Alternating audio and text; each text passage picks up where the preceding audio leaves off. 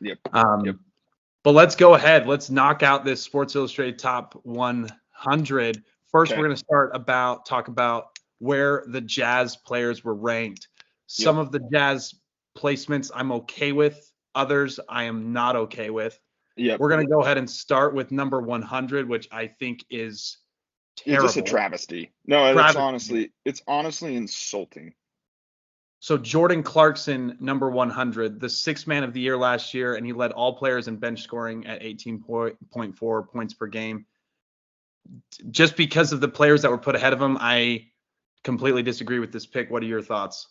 No, I mean, like, come on, dude. Like, what? Seth Curry is at 81. You know what I mean? Like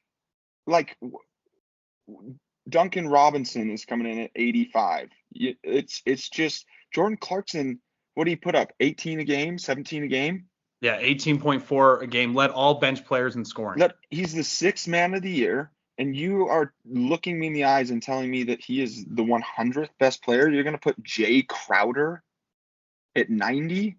I mean, come on, dude. Like, he's a chucker, but he's the best chucker in the NBA. Yeah. He's taking over the position he's becoming the next Jamal Crawford, Lou Williams, where he's a walking bucket. And he's a walking bucket. When I saw he was at 100, I flinched. But what really bothered me is when I saw those players: Duncan Robinson 85, Seth Curry 81, Lonzo Ball at 76, Larry Nance Jr. Yeah, he's at 98, but why is he even at 98? Yeah, what's respect to those players. But Clarkson, in my mind, should be at least he's in the 60s or 70s for sure, especially as the sixth man of the year.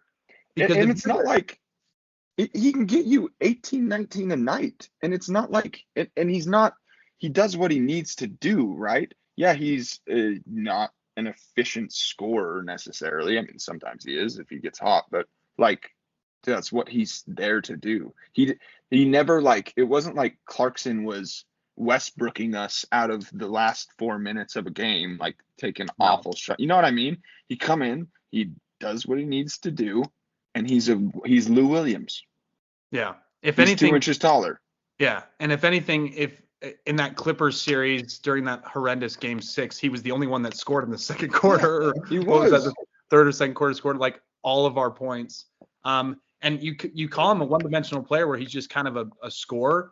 But Seth Curry, Duncan Robinson, those guys are only shooters. Yeah. And if they don't shoot well, if they're not hitting them from 3, they're kind of useless. And so coming off a sixth man of the year, I just don't expect this ranking. I expect him to be higher because when you're the sixth man of the year, you pretty much can be in the starting lineup on any other team in the NBA. 100%. Like, I don't even understand, like you said, Lonzo's at 76. We got Scary Terry at 78, who had a pretty lackluster year.